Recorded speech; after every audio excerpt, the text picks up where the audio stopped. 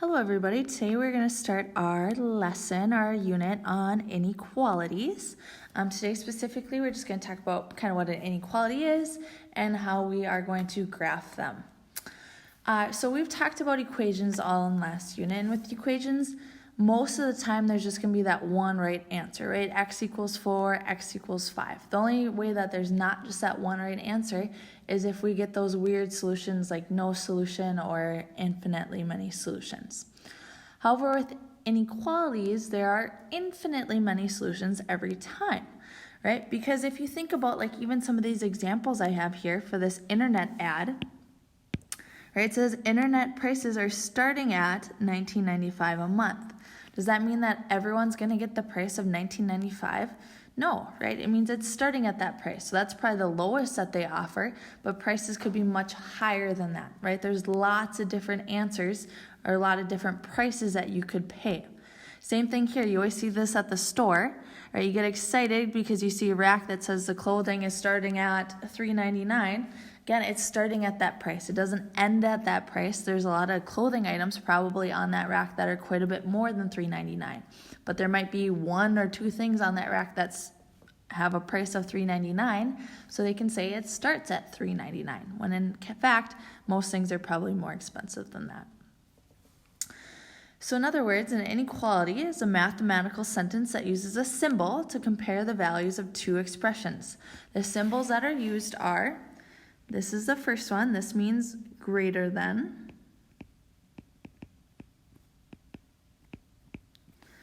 The next symbol is this one, it means less than.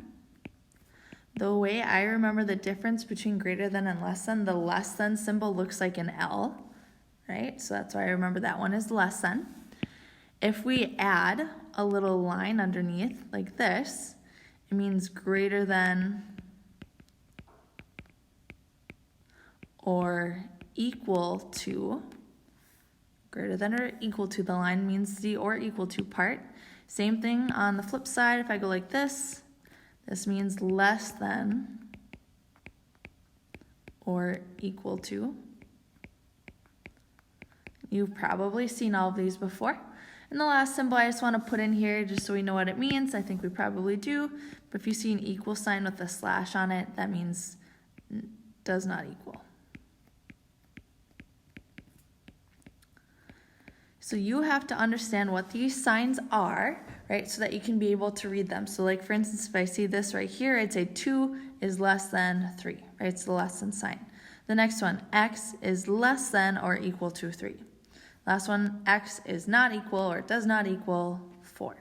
And these are all the inequality signs. So instead of using an equal sign, we might get an answer in the end like x is greater than 4.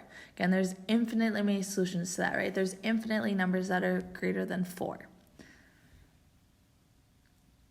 So again, what is the main difference between an equation and an inequality? Well, besides the symbols, right? With an equation, you use an equal sign. Inequalities, you use less than, greater than, less than or equal to, or greater than or equal to, right? That's one big difference.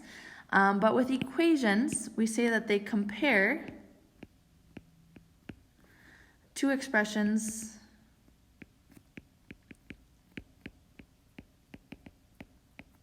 that are the same.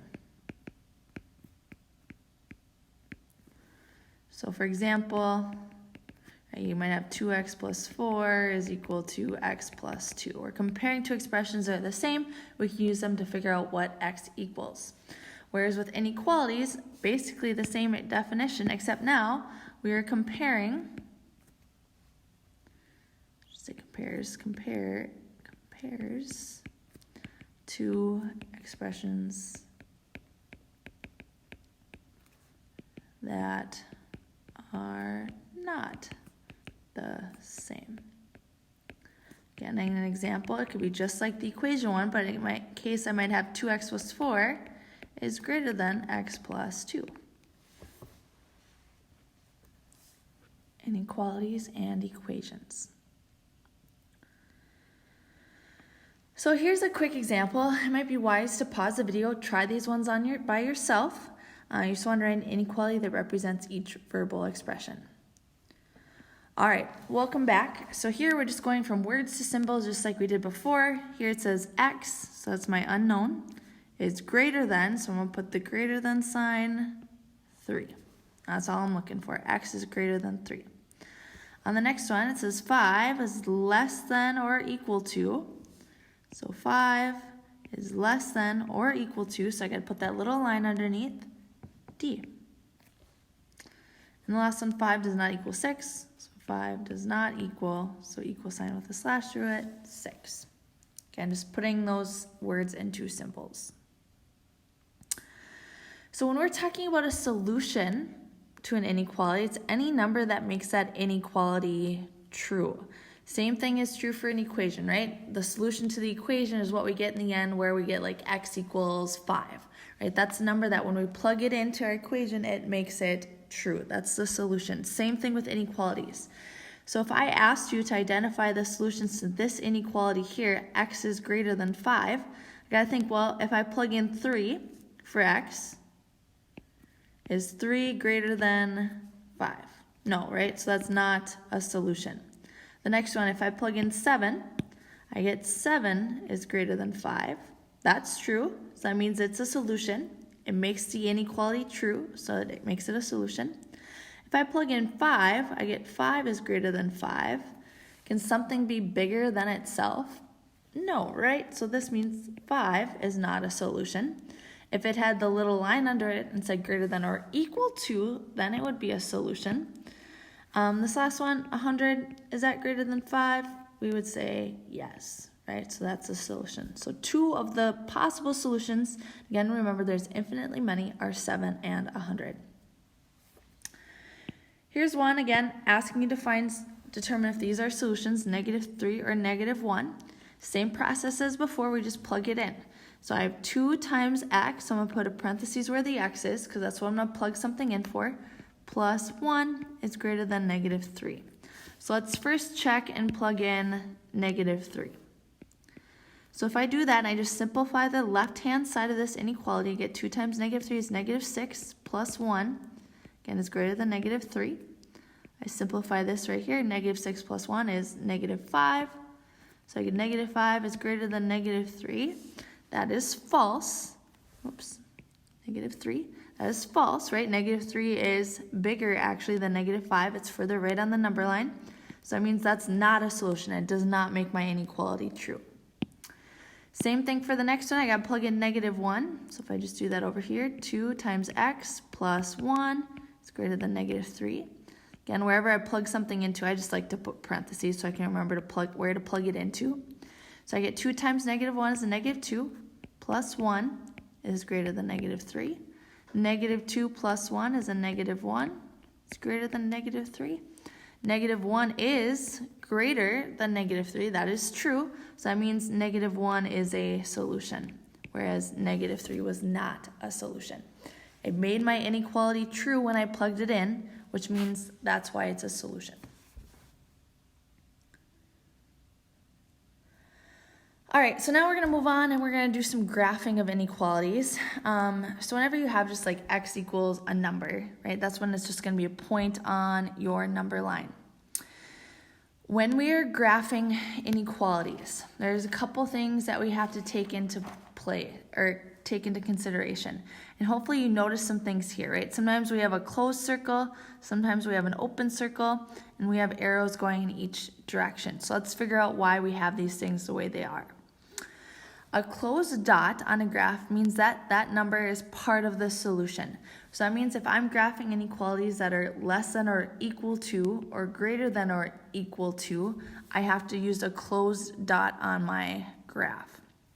So for instance, if I was graphing x is greater than or equal to 4, I would make a number line, and I know 4 has to be on my number line. My rule of thumb is always put a couple numbers above and below that number on the number line. It says x is greater than or equal to 4, right? So it could equal 4, so at 4, I'm going to put a nice big closed circle. Again, it's closed because it's the or equal to part. The way I remember it is you have to use more pencil or more lead to make the line underneath the inequality sign. So you have to use more pencil or lead to fill in the circle when you're graphing that part. Whereas an open dot means that that number is not part of the solution. So that means if we're graphing things with less than or greater than, we would use an open dot. Because if I was graphing x is greater than 4, again, if I make my number line here, a couple numbers above, a couple numbers below, x is greater than 4, x cannot be 4, right? Solutions to that inequality are not 4, because 4 is not greater than 4, it's everything just a little bit bigger than 4. So I would put an open circle right at 4. So our shading now shades where our solutions are, or where that arrow is shows where our solutions are. So one little trick that I use, if the variable's first, right, if I have x is greater than or equal to 4, it actually shows me where I'm going to shade, or where I'm going to draw that arrow, right? It's pointing to the right in this first example up here. So I have to indicate where my solutions are, which are numbers that are bigger than 4. So I generally just go like this, right? It just shows me all my solutions are to the right. That's what the shading represents. All numbers greater than or equal to 4 are solutions. Same thing here, when the variable is first, the arrow points in the direction to shade, it's pointing this way. So that means these are all my solutions. Again, the variable has to be first to use this trick. If you see something like this, 3 is greater than x, that does not mean that you shade to the right, right? Because the variable's not first. In order to figure out which way to shade, you can rewrite this. This actually means, and if I put x first, x, notice, is towards the point of my inequality, so it's got to be towards the point over here. X is less than 3, then I know I got to shade this way, right? Those are all values less than 3. So again, if the variable comes first, the symbol points in the direction to shade. But if it doesn't come first, I always rewrite it so I know which way to shade. So here's some examples to graph. You might want to pause it, try it by yourself, and then come back and check with me. So here it says n is less than 1. So again, I know at 1, that's where I'm going to put my dot. It's less than, it's not equal to, so I'm going to put a nice big open circle right at 1. Since my variable is first, the arrow or the inequality sign is pointing to the left, so that means I'm going to shade to the left. Plus, if I think about it, saying all my solutions, which is n, are less than 1, well, I'm shading over here all the values or all the numbers that are less than 1. Same thing over here, I have f is greater than negative 3. So again, at negative 3, I'm going to put a nice big open circle because it's not equal to. The inequality sign is pointing to the right. Plus, if I think about it, it says f is greater than negative 3, so I have to shade all the values that are greater than negative 3, so I'm going to shade to the right. Again, those represent my solutions. Last one here for graphing says x is less than or equal to 4. It has the or equal to part now, so that means I have to do a nice closed circle because 4 is part of my solution. On these first ones, 1 is not a solution, negative 3 is not a solution, right? Because I have an open circle. Here it means 4 is a solution because 4 is less than or equal to 4. Satisfies that equal to part. The inequality symbol is pointing to the left, so I'm going to shade to the left. Plus, I know those are all the values that are less than 4.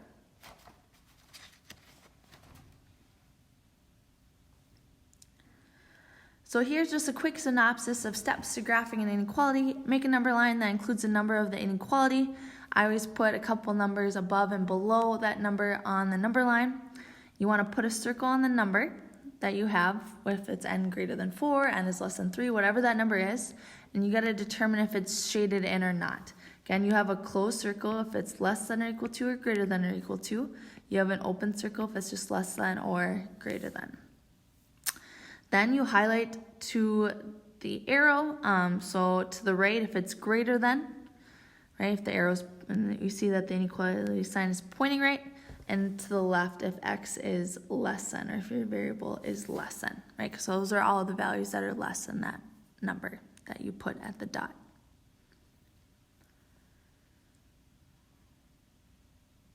So almost here, almost done. This is just going in the reverse direction. It says write an equality that represents each situation. So what I generally do when I'm doing these ones, like the first one, I know x and 1, right? X is my variable I'm picking. I have my dot at 1. I see that my dot is an open circle, right? So I only have two options. It can either be less than or greater than. If you notice, I'm shaded to the left of 1, right? So those are all values that are smaller than 1. So that's why I'm going to put my symbol as less than. X is everything less than 1. On this next one, same thing. I see X and 2. I have a closed circle, so I know my two options are less than or equal to or greater than or equal to. So I got a 50-50 shot. But here, where my shading is, or where my arrow is everything to the right of 2, so those are all values bigger than 2. So I'd say X is everything greater than or equal to 2, because again, it's a closed circle, meaning 2 could be a solution. Again, with inequalities, there are infinitely many solutions.